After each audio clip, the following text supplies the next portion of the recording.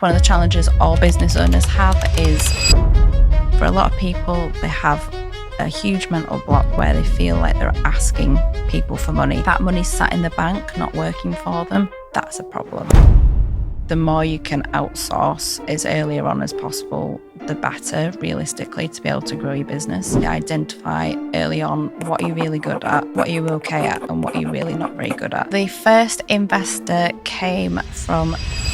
Welcome to another episode of To The Point. Today I'm joined by Sara Poskitt. Sara, welcome to The Point. Hello, Scott. Thank you for having me. So for your benefit and the benefit of the listeners that have never watched a To The Point, I ask you a question and you've got 2 minutes to answer it. We'll get through as many questions as we can within 15 minutes.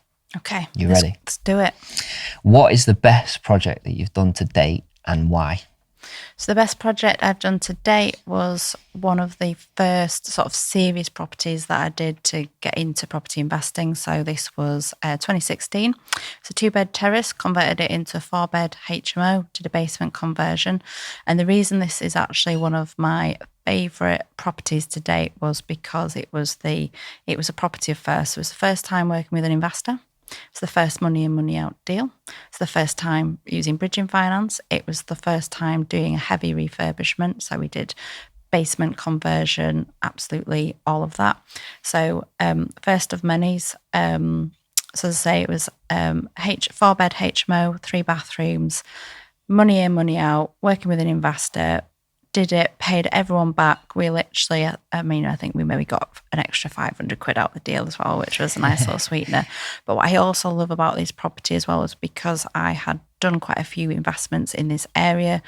The area's been amazing. So I've had this property let out almost 100% occupancy since that date as well, because we talk about it's great the first year, we've got this spangly, beautiful property. It's amazing, but actually 10 years down the line, is it still generating that great income for you, which it has.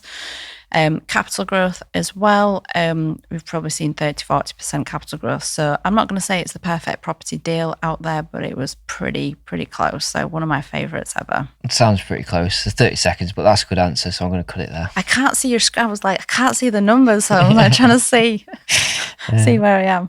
Okay. I'll spin it to you. Okay. On the investor piece then, where did your first investor come from and how did you structure the deal?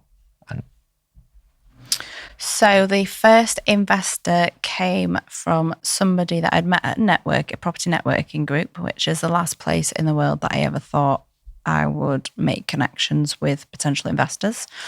It wasn't specifically with this person, but it was with one of their family members. And I hadn't gone to the event looking for investment, which probably tells us all a lot about the way that we present and pitch ourselves to people. Yeah.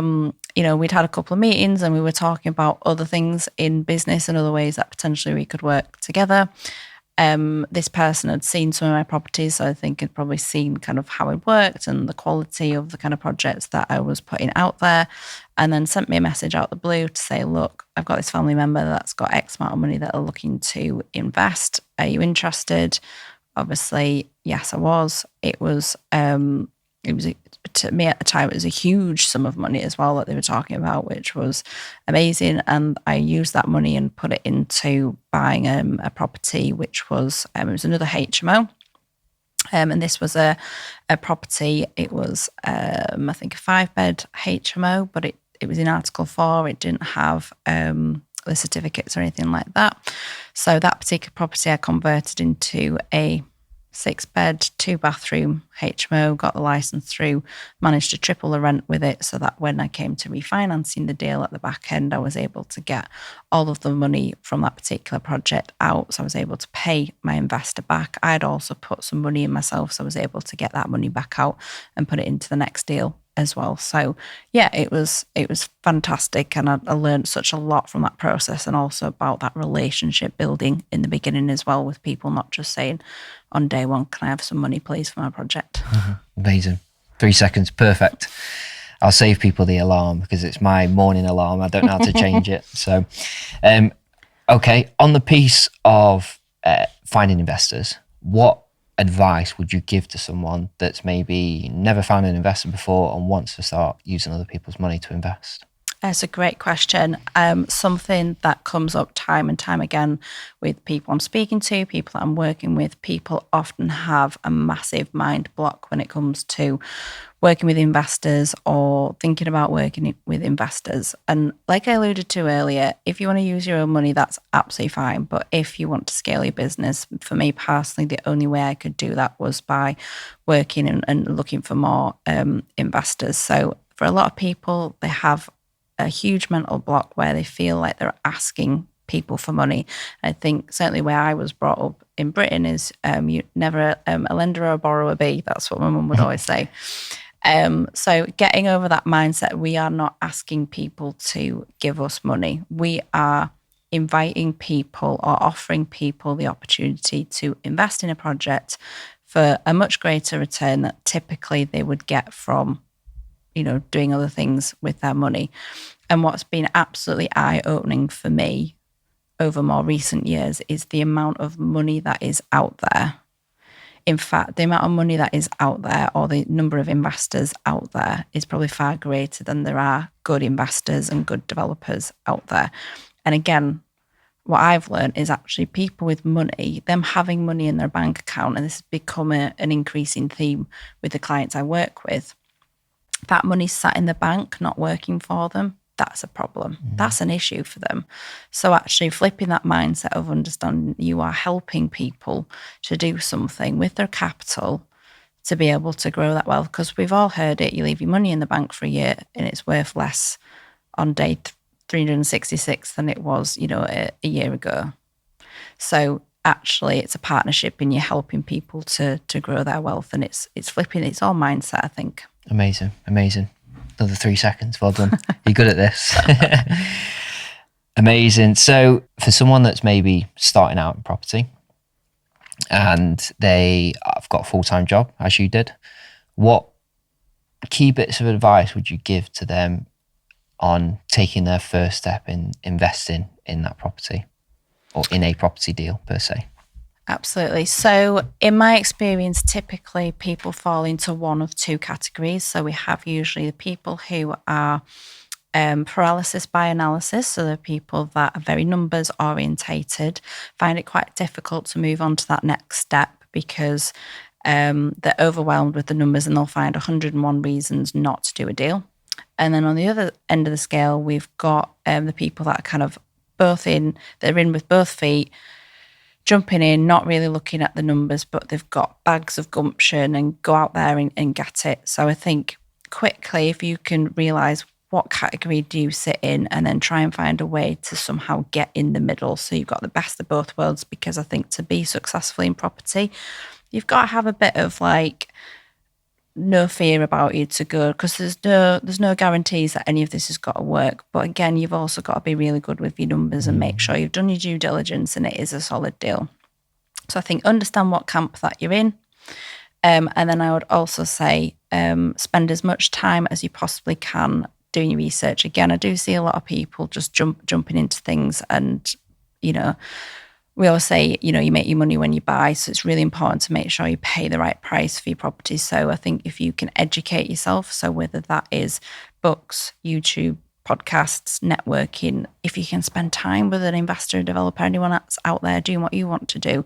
I freelanced for 2 years working for private landlords. That was an amazing experience. I was direct with people who were doing what I wanted to do. Maybe you do a couple of hours on a Saturday working with a estate agent, a letting agent, whatever, but get yourself in that space, because you will learn so much from being able to do that with the comfort of having a full-time job and still having that income coming in. I would give yourself at least 6 months before you even think about buying a property. Educate yourself as much as you possibly can. Amazing. Do you know what? I'll let the alarm go off because people might say that it's fake news. So moving on to, I guess, more experienced people that are listening. You've maybe got 1 or 2 properties. You've kind of done it the traditional way. You've built up the deposits. How do you kind of scale up to bigger projects, or just increase the speed of which you're growing your portfolio? What bits of advice would you give to them? I suppose, for more context, in terms of the sort of logistics of operating that type of business as well. Yeah, because I was going to say that's not a answer, because I was just going to say you need more money for your deals, and that's the question answered. But in terms of scaling, I think it does depend if you're still in a full-time job or another business, and whether you've got all the time in the world to be able to dedicate this. I think one of the challenges all business owners have is outsourcing, having the cash in the business to outsource as much as they can. I've certainly seen my business grow massively. I used to self-manage all of my rental properties for years and years and years, because at that particular time, it hadn't even dawned on me. And then when it did, we didn't have the cash flow in the business for me to bring somebody else on. So I think the more you can outsource as earlier on as possible, the better, realistically, to be able to grow your business. I think it's also important as well of, again, knowing yourself and your personality. Identify early on what you're really good at, what you're okay at, and what you're really not very good at. So, I was always brought up, if you're not very good at something, try harder and, get better and hone your skill. I've learned, no, we're forgetting that. Where I add value is probably in two key areas. That's where I want to focus my time. So stuff I'm really bad at, that's where I prioritised outsourcing that, and then, fill those bits. And then the stuff I'm okay with, that's my focus at the moment, to then get people in to do those, so that where I can add the most value is where I'm spending the most time. So I think that's what I would encourage people to do, really, is look at where can they outsource to reduce the stress and give them more time to be able to spend on the stuff that they're going to be able to add the most value to. Cool. Amazing. I love it. Great answer. Couldn't have said it any better myself. Oh, brilliant. 3 seconds on that one. Come on, got to let us off. So that pretty much rounds up the episode. Thank you very much for that. Some really great answers in there, and hopefully, again, people like your main episode have got some value from those answers. Definitely. Thank you very much for having me. Thank you. Thanks for coming on again. Thanks again for tuning in. Of course, as I always say, if you're on YouTube, please do like and subscribe. If you're listening on the audio version, please do leave a review. It helps the podcast, and we can continue to do amazing episodes, hopefully amazing episodes. I mean, that's the self-promotion there, but hopefully you got some value from this. So we'll see you again very soon. Take care. Mark your calendars. The 2025 Property Developer Show is coming to 5 major cities across the UK, bringing the best service providers and developers together under one roof. On the 5th of March, we kick off in the first show at Milton Keynes, followed by Bristol on the 30th of April, Birmingham on the 16th of July, and then we're heading north to Manchester on the 10th of September, followed by our final stop in Newcastle upon Tyne on the 15th of October. Don't miss out on connecting with other developers, service providers, and industry leaders. Visit propertydevelopershow.co.uk to book your free ticket today.